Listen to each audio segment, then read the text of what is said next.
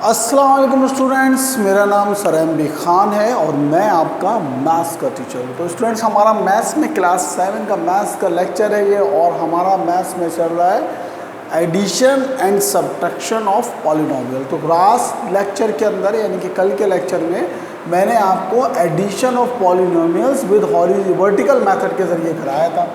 क्या कराया था? एडिशन ऑफ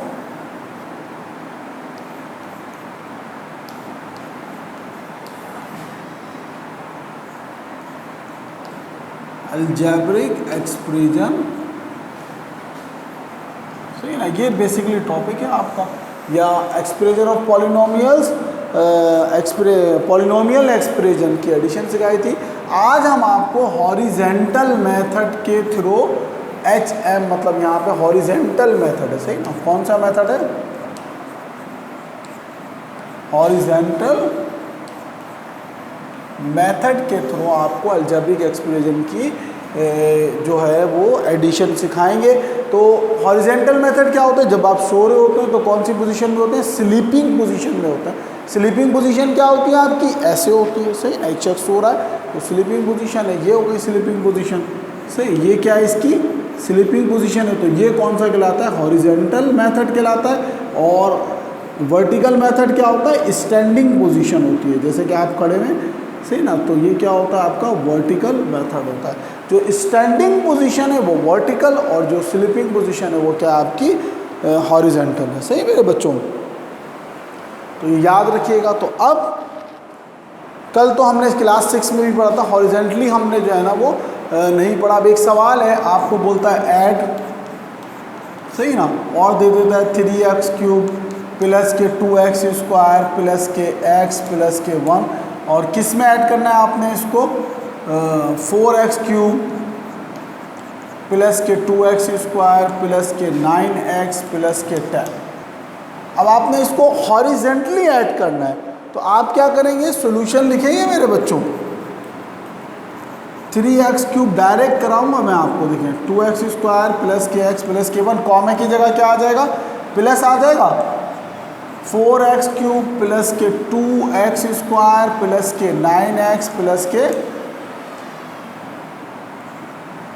10 आ गया। ये सारी चीज़ें आ गई। अब आप देखें, वही घिसा पिटा काम है, कोई नया काम नहीं करना भाई।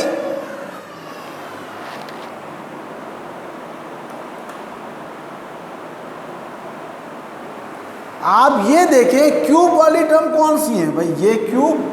अब इसको लिखने की जरूरत नहीं है कि भाई क्यूब वाली टर्म आपने पहले एक साथ लिख दी।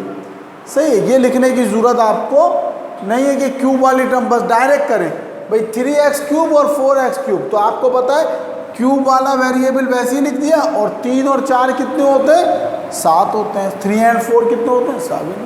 फिर स्क्वायर वाला वेरिएबल लिख दिया, सही है, और 2 और 2 ये भी स्क्वायर और ये भी स्क्वायर, तो 2 और 2 इनके कांस्टेंट नंबर को जमा कर लिया, 4x²। फिर x वाला वेरिएबल लिख लिया, x लिख लिया, और इसका जब कुछ नहीं है तो 1, और 9 और 1 कितने होते हैं? प्लस के 10x हो गए। सही मेरे बच्चों।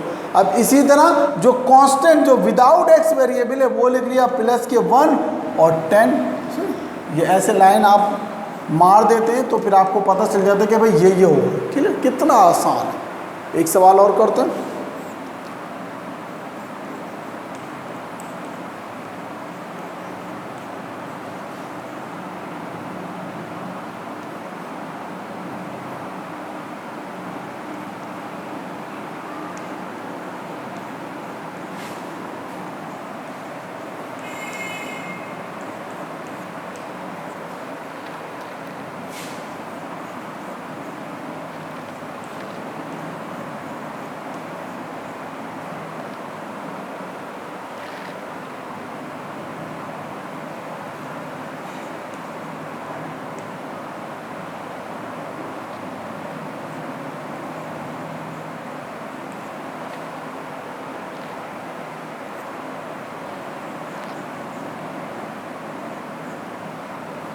देखिए, ये सवाल है, बड़ा सवाल इसलिए बनाया ताकि आपकी समझ में आ जाए। सही, अब सिर्फ क्या करेंगे? कॉमा हटा के इसके बीच में प्लस का निशान लगाएंगे, बाकी पूरी टर्म वैसे ही लिख देंगे।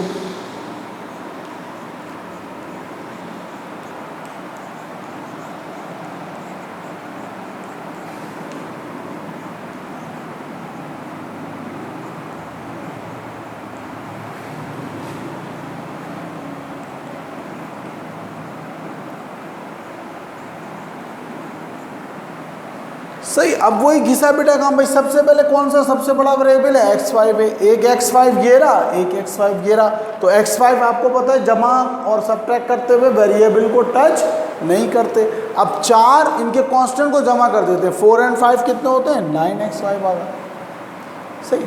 फिर प्लस के x4 है, देखिए साइन भी नहीं लगा रहा था, साइन हमेशा बड़ी टर्म का आता है।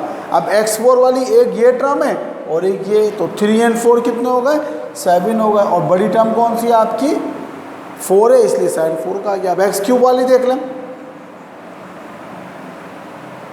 एक ये है 2 और यहाँ पे कितना है 3x³ है, तो 2 और 3 कितने हो गए आपके 5x³ हो गए, सही ना। अब x² वाली देख लें, ये देखिए माइनस के 3x²। अब ये क्या है, एक माइनस की टर्म है और एक किसकी टर्म है, प्लस के 7 है। तो अब माइनस आपको पता है जब भी अलग अलग साइन होते हैं तो आपस में क्या होते हैं, माइनस होता है। तो 7 में से 3 गए 4। अब देखिए मैं साइन क्यों नहीं लगा रहा था, क्योंकि जब ये 2 साइन वाली टर्म आ जाती है, एक प्लस है और एक क्या है आपकी माइनस है, तो ये क्या हो जाएगा, बड़ी टर्म कौन सी आपकी 7 थी, इसलिए 7 का साइन आ गया, सही ना। अब ये देखिए यहाँ पे x वाली टर्म है, x लिख दिया, सही। लाइन जरूर मार लिया करें ना पेंसिल से या फिर बाद में मिटा लें, सही। अब x वाली लगा दिया और ये वाला भी x है, सही। तो ये कितना है, माइनस के 2 और 8, अलग अलग साइन माइनस होते हैं, 8 में से 2 गए 6। बड़ी टर्म कौन सी है, 8 है, तो इसका साइन क्या है, प्लस, प्लस आ गया। फिर क्या है, कांस्टेंट नंबर है, सही ना, +1 और -9। अलग अलग साइन क्या होते हैं, माइनस होते हैं। 9 में से 1 गया, कितना बचा, 8 बचा। 9 में से 1 गए 8 बचे। तो अब बड़ी टर्म कौन सी है, 9, उसका कौन सा साइन है, माइनस, तो यहाँ पे क्या आ गया बेटा, माइनस आ गया, सही। तो ये हॉरिजेंटल मेथड के ज़रिए मैंने आपको 2 सवाल में अल्हम्दुलिल्लाह बता दिया कि बस जो एक जैसे वेरिएबल हैं उनको लिखें और जो उनके कांस्टेंट नंबर है अकॉर्डिंग टू द साइन उसको जमा कर लेंगे। बहुत आसान सवाल होता है। ज़रा मैं देखूँ आपको नज़र सही आ रहा है,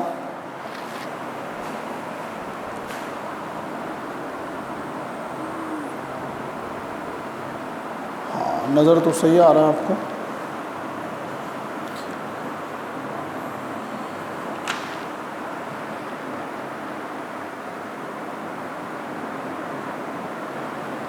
सही। तो मुझे उम्मीद है आपको ये समझ में आया होगा।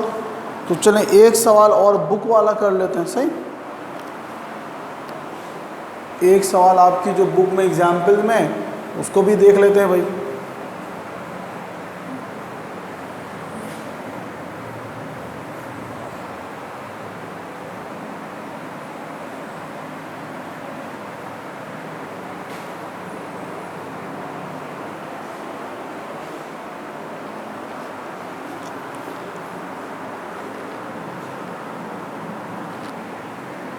अब बुक में इस तरह से दिया हुआ है 2x3 माइनस के 4x² माइनस के 3x प्लस के 5 और ब्रैकेट बना के प्लस के 4x3 प्लस के x² प्लस के x, सॉरी माइनस के x और प्लस के 3। एग्जाम्पल है बुक की, उसमें क्या हो। तो आपको पता है सबसे पहले जब आप सॉल्यूशन करते हैं तो क्या करते हैं, आप ब्रैकेट को खोल दें। तो 2x3 कैलकुलेशन तो कोई भी पॉसिबल नहीं है, तो यहाँ पे आपने ब्रैकेट ख़त्म करके डायरेक्ट ये सारा लिख दिया है, सही। अब क्यूब वाला सबसे पहले आपने वेरिएबल लिख दिया और क्यूब वाला क्या है, प्लस के 2 और प्लस के 4 कितना होता है, 6 होता है। फिर x² वाला वेरिएबल लिख दिया आपने, सही ना। अब यहाँ पे देखिए अलग अलग साइन है, ये माइनस का है और ये प्लस का, यहाँ 1 है और यहाँ 4 में से 1 गए 3। आंसर के साथ हमेशा बड़ी टर्म का साइन आता है, तो यहाँ पे क्या कैरी करेगा, माइनस कैरी करेगा। फिर x वाला आप देख लें, सही ना। अब देखिए ये माइनस का 3 है और ये माइनस का 1 है, तो दोनों के साइन माइनस के, एक जैसे साइन जमा होते हैं, 3 और 1 4 हो गया। और आंसर के साथ हमेशा क्या आता है, बड़ी टर्म का साइन आता है। फिर प्लस के 5 और 3 कितने हो गए, प्लस के 8। दिस इज योर आंसर, सही मेरे बच्चों। तो मुझे उम्मीद है कि आपको ये समझ में आया होगा। अब कुछ सवाल मैं अपने पास से दे रहा हूँ, आप चाहें तो हाँ अपने पास से बना लें सवाल। देखें मैं कैसे सवाल बना रहा हूँ, कुछ सवाल बनाना साइंस थोड़ी है। देखिए अब मैं अपने पास से लिख रहा हूँ x4 प्लस के x3 प्लस के एक्स स्क्वायर प्लस के 1। ये मैंने अपने पास से सवाल बना लिया। सही है, कॉमा डाला है, करना क्या आपको, ऐड करना है इनको। कौन से मेथड के साथ, ऐड बाय हॉरिजेंटल मेथड। कौन सा मेथड होगा, ये वाला मेथड होगा, वर्टिकल मेथड वाला नहीं करना, कल वर्टिकल वाला था। फिर आप कर दें भाई 3x4 प्लस के 2x क्यूब प्लस के 2x स्क्वायर प्लस के 9। सही ना। सवाल नंबर 2 देख लें। 4x4 प्लस के 3x क्यूब माइनस के 2x स्क्वायर माइनस के 1। 5x4 माइनस के 2x क्यूब माइनस के 4x क्यूब माइनस के 1। सही। तीसरा सवाल देख लें। 5x5 प्लस के 3x4 माइनस के 3x4 माइनस के 2x3 प्लस के 8x स्क्वायर प्लस के 6x प्लस के 1। सही ना। इसमें क्या जमा करना है आपने, 10x5 माइनस के 4x4 माइनस के 3x क्यूब प्लस के 4x स्क्वायर प्लस के 2x माइनस के 10। अब आप देखिए, ये मैंने 3 सवाल बनाए, ये मैंने अपने पास से बनाए, मैंने कुछ कॉपी नहीं उठाई, बस कॉमा डाला। आपने इनको ऐड करना है। 2-3 मैंने बनाए, 2 सवाल आप अपने पास से कर लें। सही मेरे बच्चों। तो मुझे उम्मीद है कि आज का भी लेक्चर आपकी समझ में आया होगा। कल इंशाअल्लाह ताला हम इसकी सब्ट्रैक्शन इंशाअल्लाह ताला सब्ट्रैक्शन को देखेंगे और हॉरिजॉन्टल और वर्टिकल मेथड दोनों कोशिश करेंगे कि कल डिस्कस कर लें। सही है मेरे बच्चों। अपना बहुत ज़्यादा ख्याल रखिएगा। टेस्ट आपका चल रहा है, मुझे याद आ गया, तो कल भी टेस्ट, जिन बच्चों ने टेस्ट नहीं दिया वो आके ऑफिस में रब्ता कर लें और जो भी वो ऑफिस में इंस्ट्रक्शन मिलती हैं उसके मुताबिक जो है ना आप अपना टेस्ट दे दें। सही मेरे बच्चों। अपना बहुत ज़्यादा ख्याल रखिएगा। अल्लाह हाफिज़।